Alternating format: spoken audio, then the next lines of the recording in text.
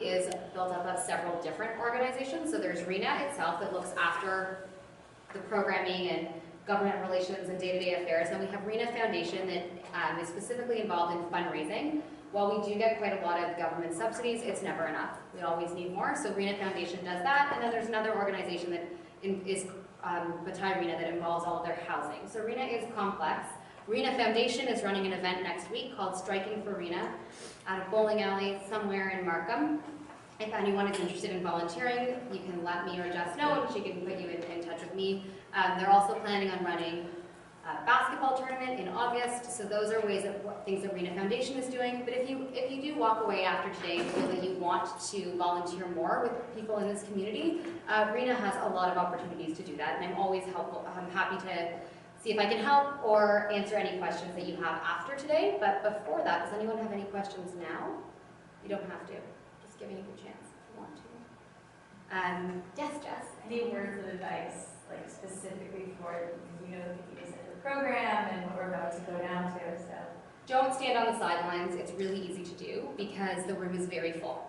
It's very full because there's a lot of participants, which is great. Marcel does such a great job. But also, most of our participants come with staff, and their staff will sit at the tables with them, which is great. Sometimes it's usually like four Reena individuals, depending on what facility they're coming with. They'll come with a staff member. So the space gets full quickly, and it can be a little bit intimidating to kind of, you don't know where to go or what table to join. And sometimes it's hard to know which staff member belong to which individuals and that whole thing.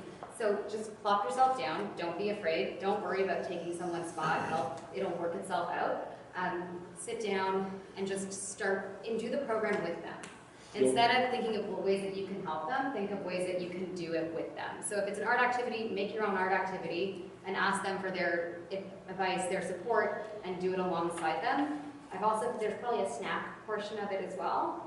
So help people get snacks. It's sometimes hard. The room gets cramped. It's full. Some of them have walkers and bags and things like that. So if you can make it so they don't have to stand up and go get their snack, that's a great thing to do as well. You'll also find that if it's the same group, or roughly the same group, that it's pretty much going to run like the spectrum of people with these kind of disorders and developmental disabilities. Yeah. What, like, in terms of the spectrum, like what do you have, like Asperger's on one end, or? So yeah, the autistic spectrum kind of covers a variety of different developmental disabilities that people are born with, and they can either grow, like when I say worse, like they get more pronounced over time, or certain people can actually be impacted by even programs like this or the services Reena offer to control it. But what you'll also see is a lot of, if it is the same group that I've experienced through PDMed, even people who have physical disabilities tied to that. So to Carly's point about getting engaged, the other thing is, this is what I think is kind of sad about the population, if I'm just being completely honest. They're still human beings under what you see, and so they want human connection just like you and I do, but we don't have to think about going to get it because it just kind of comes naturally. If you see somebody who's not communicative or flailing their arms or doing something that you just think is so abnormal and not regular or expected, just dig deep and try and have an experience with that person because they want to be engaged. Even if it doesn't seem like it, even if they're not actually looking at you or maintaining eye contact, or I'm not trying to be funny, like food coming out of their mouth or something, like just help them out. They're human beings, they have a certain level of decency to them too, and dignity. So in terms of the full spectrum, I mean, I don't know what every single person you might see downstairs has. No, but what is the spectrum? Oh, I don't even know what the spectrum is. From what I understand from the medical side of the space, they refer to it as the autistic spectrum, where different diseases or syndromes like Asperger's syndrome fall on it. And so some of them are much more high functioning, like my brother was able to do his own laundry, drive a car, hold down a job. But then you'll see some people who are further onto the other side of the spectrum where they need help being fed. They're in a wheelchair. Some of them even have helmets because their bodies, they don't have full control of them. John's mom has a really nice way to describe it. She says that we're all on the spectrum. Some of us are just on it more than others, but we do all fall on the spectrum. So it includes all of us too, which is important to know. And as John said, everyone downstairs is different. So some people will be on the autistic spectrum. Some people will have Down syndrome downstairs. Some people might just have general developmental delays. So they'll just be just a little slower in their development than we were. Sometimes I find it helpful because everyone is so different, just like the same if we all sat around the table here, we're all so different and not everybody responds to the same thing. So not every person downstairs is going to want to talk to you, but it doesn't mean that they're not going to want you beside them. Sorry, my first crack at that answer was not what you were looking for. Not close. No, I appreciate letting me clarify it. The last question I have is the age. What's the age range of the people downstairs? So the age range from what we've seen in the past is people, young adults to people who are much older. So it's a pretty broad age range. I'd say there are fewer younger people and more kind of mid-40s is what I've seen before at this program. But again, that can change week to week. It's also hard to tell sometimes because of some of their disabilities and conditions, they actually age differently, more aggressively. And I guess some of the reasons that I estimate their age is because I remember how old I was when I met them, so I figured that they must have been that age then, but that's certain amount of time has passed. Yeah, You can just add that up. 15 years, Yeah. I guess you're now this old, but I don't really know. Some of them will come with family members. I know that there's a boy that last time we were here that was with his grandmother. His grandmother was one of the volunteers. So I'd say there's a few who are in their 20s and the rest are a little bit older. I was going to say something else. I think you've covered, we only had one question, so you probably That's true. Probably together. We do like to talk. It is a problem. Yeah, just take a friend. Is there maybe a list of don't do's or some sort of, I don't have a lot of experience. Maybe It's so specific to the Just individual. don't discipline them with physical harm. You know these things, Lanny. You're right. No physical harm. You're right. No, it's a good question because it's an environment that you wouldn't normally find yourself in. Right.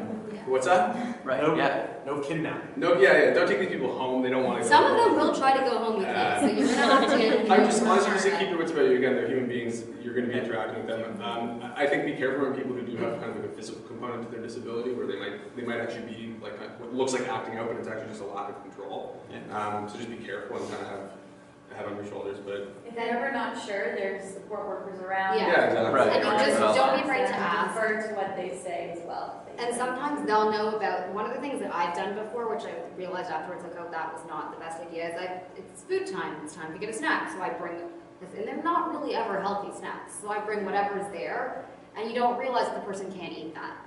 Like they're diabetic or there's something like that, so if you see a support worker not giving something to someone, just make sure, maybe ask them, say, do you want me to get it, or is that not okay? Because sometimes I've brought things and realized afterwards I should have checked and made sure it was something that they could eat. The one thing that I will comment on that can get a little bit tricky to navigate, and I don't think that, and I have made so many mistakes with this, and especially on your first time meeting people, is that this is a group of people that spends a lot of time together. So some of the people in this program live together, some of them work together, some of them have done this together for years, others don't really know each other. But you will get a group that know each other. They don't all like each other, at all. I have seen a lot of conflicts, especially at a bowling alley, where it's no, it's my turn, or I didn't get that, and you're like, oh, okay. So just like any group of people, they don't all get along. And sometimes that'll be very evident. So you'll see it, you'll pick up on it, and don't try to make two people talk to each other if they don't want to. It won't go well. So just kind of follow their lead, and there are little groups. You'll meet, you saw Alan, he's here.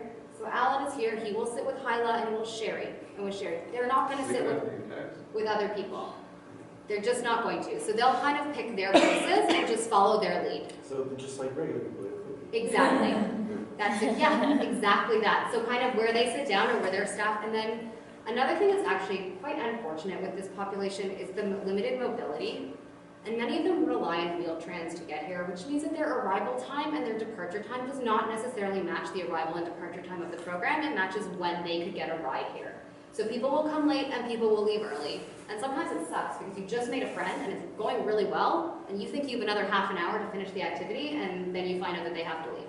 So that is going to happen, or people will come late, and when people come late, just kind of be sensitive to that, because that's a really good opportunity for you to get involved and say oh, you're late here, this is what we're doing, and kind of catch them up, because Marcel can't really catch everybody up when they walk in late. So that's another thing to kind of just follow, and it might mean that you have to give up your seat with the friend that you just made because somebody just walked in. So just kind of be aware of that as well. It's something that Reena, and I think anyone who has any kind of physical disability and has to rely on Wheel-Trans knows that it's just really hard to get everybody where you want them to be when you want them to be there for that length of time. But yeah, for the most part, to answer your question, you'll just use your intuition. If you feel something's not working, you're probably right.